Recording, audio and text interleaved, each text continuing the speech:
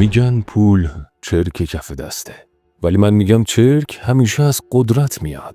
پول خودش تمیزه، این ما هستیم که با قدرت اون رو آلوده میکنیم. ما از بچگی شنیدیم که اگه درست کار باشی ثروتمند میشی. اما بذار یه سوال بپرسم، چند تا آدم درست کار میشناسی که فقیر مردن؟ و چند تا آدم بی‌انصاف میشناسی که هنوز دارن لبخند میزنن از بالای برجشون؟ آره، سخته ولی واقعیته.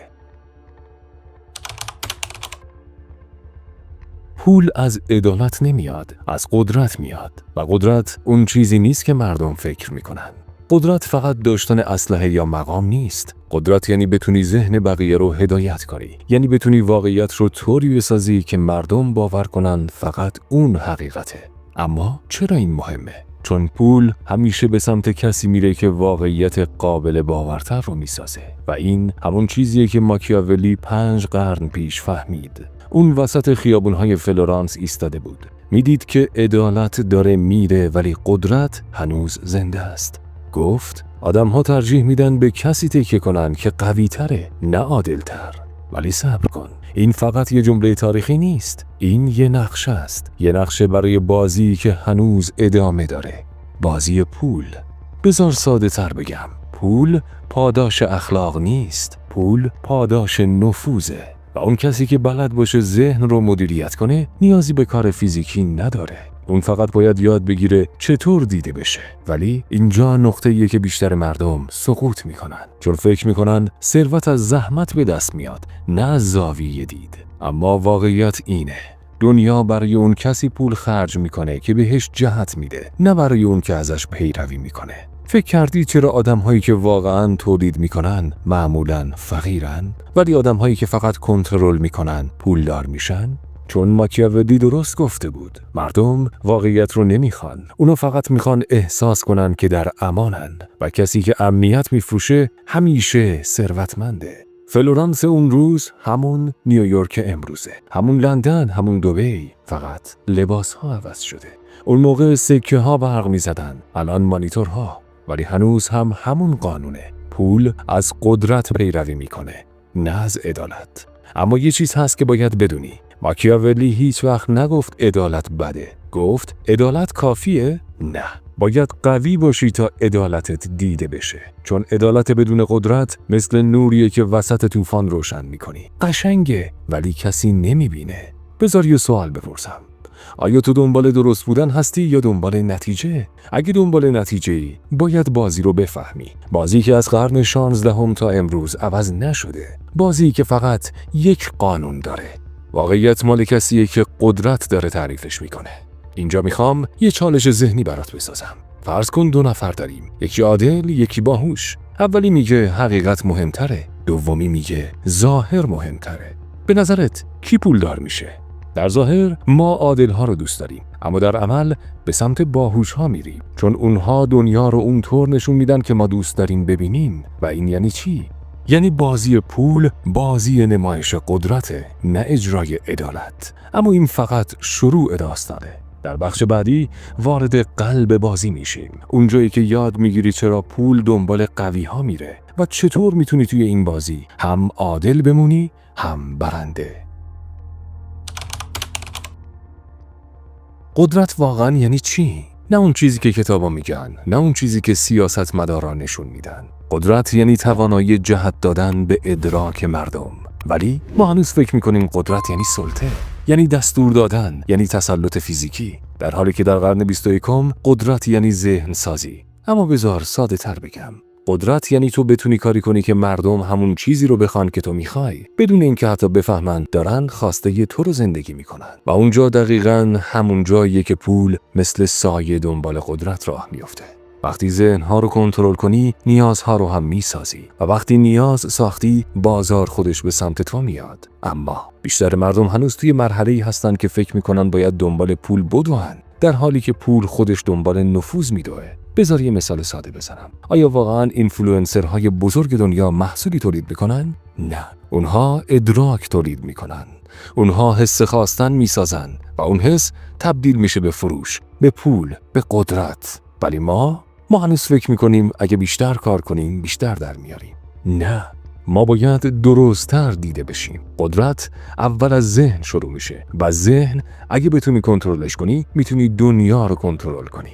یه سوال مهم اینجاست: چطور میتونی ذهن مردم رو کنترل کنی بدون اینکه ظالم باشی؟ چون اینجاست که اخلاق وارد بازی میشه. ماکیاولی میگفت برای حفظ قدرت باید یاد بگیری که هم شیر باشی هم روباه. یعنی چی؟ یعنی قوی باش اما زیرکتر از قدرتت. شیر فقط میترسونه اما روباه فریب میده و ثروت همیشه سمت روباه هاست. ولی صبر کن، اینجا یه مرز باریک وجود داره، مرز بین فریب و درک. تو میتونی از فریب برای سوء استفاده کنی یا برای هدایت، اما انتخابش دست توه. میخوای باهوش باشی یا خطرناک؟ چون هر دو توی بازی پول برندن، ولی فقط یکیشون آخرش آرامش داره. قدرت ذهنی یعنی بتونی واقعیت رو تعریف کنی. وقتی تو تعریف میکنی که موفقیت یعنی چی، دیگه نیازی نیست دنبال موفقیت بدوی، چون مردم خودشون میان دنبالت تا تعریف تو رو بخرن. ولی اینجا یه لحظه وایسا. آیا این یعنی عدالت بمیره؟ نه، فقط شکلش عوض میشه. عدالت در قرن 21 یعنی همسو بودن با نفوذ. یعنی اگه میخوای عادل باشی باید قوی هم باشی، وگرنه حرفت شنیده نمیشه، هر چقدر هم صادق باشی. اما این تضاد اصلی بازیه. دنیا پر از آدم‌های درستیه که هیچ نفوذی ندارن و پر از آدم‌های با نفوذه که درست نیستن، و بین این دو یه دسته سوم وجود دارن، اونایی که فهمیدن باید هر دو باشن. بذار یه داستان کوتاه بگم. ماکیاولی یه بار نوشت حاکمی که میخواد دوست داشتنی باشه شکست میخوره، اما حاکمی که میخواد محترم باشه همیشه زنده میمونه.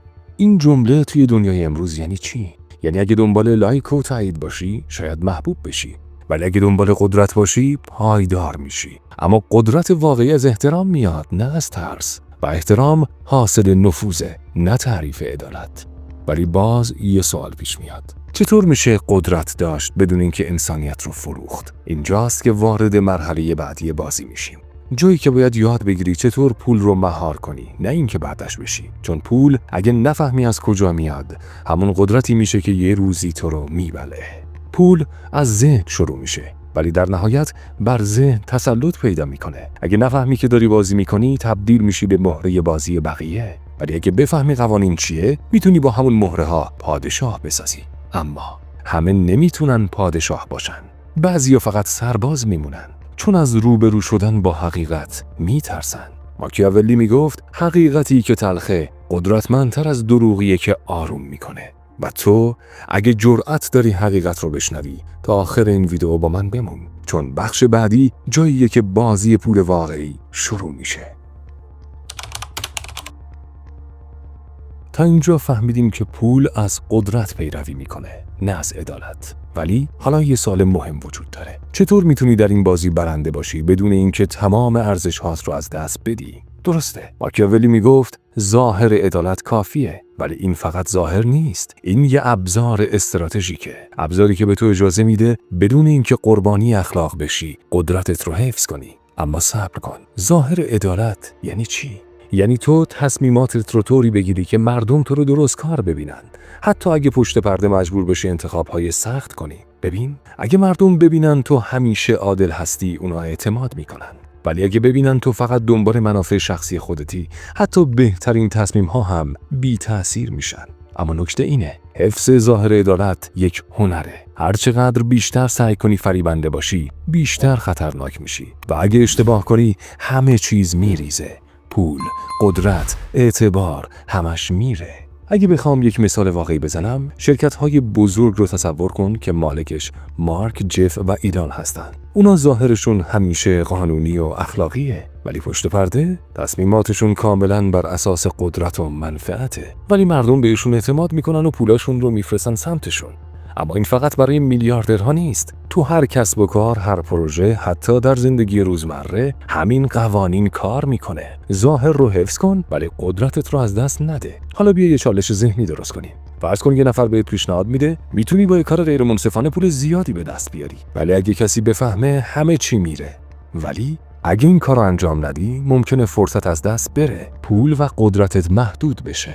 اینجاست که هنر واقعی بازی پول مشخص میشه. یعنی یاد بگیری چطور تصمیم سخت بگیری ولی ظاهر درست کاری رو نگه داری. ماکیاولی میگفت برای حفظ قدرت گاهی باید تصمیمات سخت بگیری که ظاهرشون پسندیده نیست ولی نتیجهشون توجیه کننده است. اما چالش تو اینه: چطور این تعادل رو برقرار کنی بدون اینکه به شخصیتت آسیب بزنی؟ و جوابش اینه: تو باید استاد ادراک بشی. یعنی مردم اون چیزی رو ببینن که تو میخوای ببینن، نه اون چیزی که واقعا هست. اما کنترل ادراک فقط با هوش اتفاق نمیفته. با مهارت ارتباطات، زبان، رفتار و زمانبندی هم اتفاق میفته.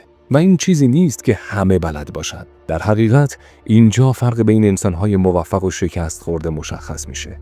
همه میخوان درستکار باشن ولی فقط بعضیا میتونن ظاهر درستکاری رو با عمل کارآمد ترکیب کنن. اما اگه تو فقط ظاهر رو داشته باشی و عمل ضعیف باشه، مردم خیلی زود متوجه میشن. و اگر فقط عمل داشته باشی و ظاهر نداشته باشی، باز هم شکست میخوری. پس قانون طلایی بخش دوم اینه: ظاهر عدالت به علاوه عمل قدرتمند مساوی است با ثروت و نفوذ پایدار. اما این قانون سخت‌ترین قسمت بازیه، چون هر قدم خطر داره. هر تصمیم ممکنه دشمن بسازه. هر انتخاب ممکنه اعتماد مردم رو از بین ببره. ولی اگه یاد بگیری این تعادل رو، اون وقت پول به سمت تو میاد، مردم به سمت تو میان و قدرتت پایدار میشه. و حالا یه سوال برای بخش سوم: تو حاضری ظاهر عدالت رو حفظ کنی ولی گاهی تصمیمات سخت بگیری که فقط خودت میدونی چرا؟ یا ترجیح میدی شفاف و درستکار باشی حتی اگه در این بازی بازنده بشی؟ اما در بخش بعدی همراه من باش، جایی که یاد میگیری چطور از طمع و جاه طلبی دیگران استفاده کنی تا جریان پول و نفوذ رو در دست بگیری. اونجا راز واقعی بازی پول لو میره و بیننده متوجه میشه چرا بعضیا همیشه برنده هستن و بعضیا همیشه دنبال کننده. تو باید یاد بگیری چطور از طمع و جاه طلبی دیگران استفاده کنی تا جریان پول رو به سمت خودت هدایت کنی. اما صبر کن. چطور میتونی از طمع کسی استفاده کنی بدون اینکه خودت هم فریب بخوری؟ چون هر کس طمع داره، پتانسیلی هم برای شکست داره. ماکیاولی اینو فهمید. مردم خودشون به سمت تو میان اگه بدونن چیزی که میخوان فقط از تو میاد. و این همون راز مدرنه. در دنیای امروز شرکت‌ها، سرمایه‌گذاران، حتی دوستان و همکاران همه طمع دارن. ولی کسی که بتونه این طمع رو مدیریت کنه برنده است. مثل بازار بورس، مردم دنبال سود سریعن، ولی اگه تو بفهمی چطور جریان رو هدایت کنی، پول خودش میاد سمت تو بدون اینکه تلاش فیزیکی زیادی بکنی. اما این یک هنر سخته. چون اگه زیاده روی کنی اعتماد از بین میره و اگه کم کاری کنی پول فرار میکنه. پس قانون طلایی اینه: طمع دیگران رو هدایت کن، نه کنترل مستقیم.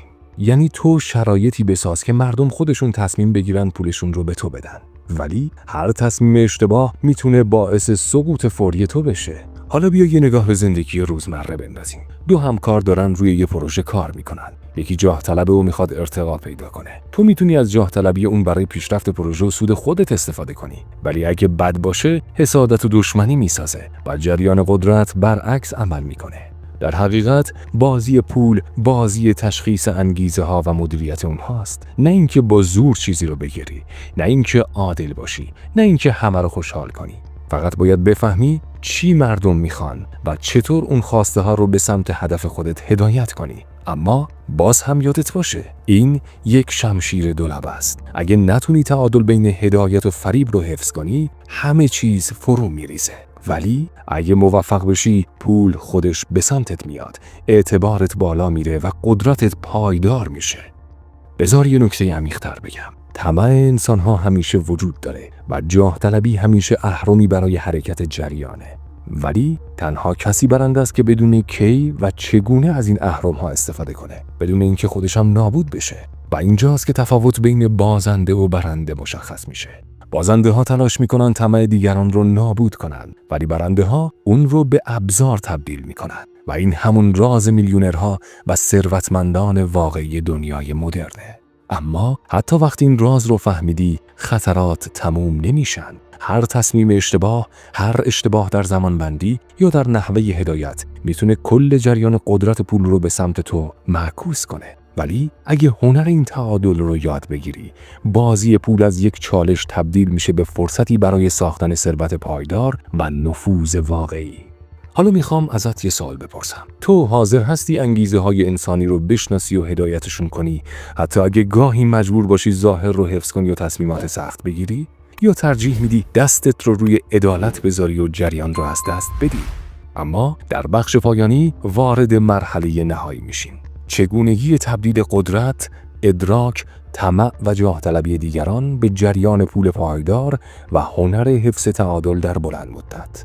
اونجا بیننده میفهمه راز واقعی ثروتمند شدن چیه و چرا بعضیا همیشه برنده هستن، حتی بدون اینکه همه قوانین بازی رو رعایت کنن. پس سوال اینجاست، چگونه میشه جریان پول رو پایدار و درست در دست خودمون نگهش داریم؟ اولین قدم فهمیدن این نکته است. پول و قدرت دو روی سکه هستند. اگه قدرت داری، پول میاد. ولی اگه قدرتت به درستی هدایت نشه، پول فرار میکنه. و این هدایت یعنی چی؟ یعنی مهارت در ادراک، کنترل ظاهر و شناخت انگیزه‌های انسانی. یعنی استفاده از جاه طلبی، طمع و نیازهای دیگران برای ایجاد جریان. اما این هنر نیازمند تمرین، صبر و دقته، چون هر اشتباه کوچک میتونه اعتماد مردم، بازار و جریان قدرت رو به هم بریزه. بیایید یک قانون طلایی دیگه از ماکیاولی رو مرور کنیم. کسی که قدرت رو میفهمه میتونه پول رو خلق کنه. ولی کسی که پول داره ولی قدرت نداره، برده اون پوله. پس راز پایدار ثروت چیه؟ راز ترکیب قدرت با هدایت و پیشبینیه. در دنیای امروز این یعنی سرمایه‌گذاری هوشمند، شبکه‌سازی استراتژیک و کنترل تصویر عمومی. ولی همه نمیتونن این کار رو انجام بدن، چون لازم همزمان باهوش، زیرک و صبور باشن. و حالا چالش نهایی. فرض کن تو میتونی تصمیم بگیری که ثروتت چگونه ساخته بشه. میتونی مسیر مستقیم و اخلاقی رو انتخاب کنی، ولی کند و پر ریسکه.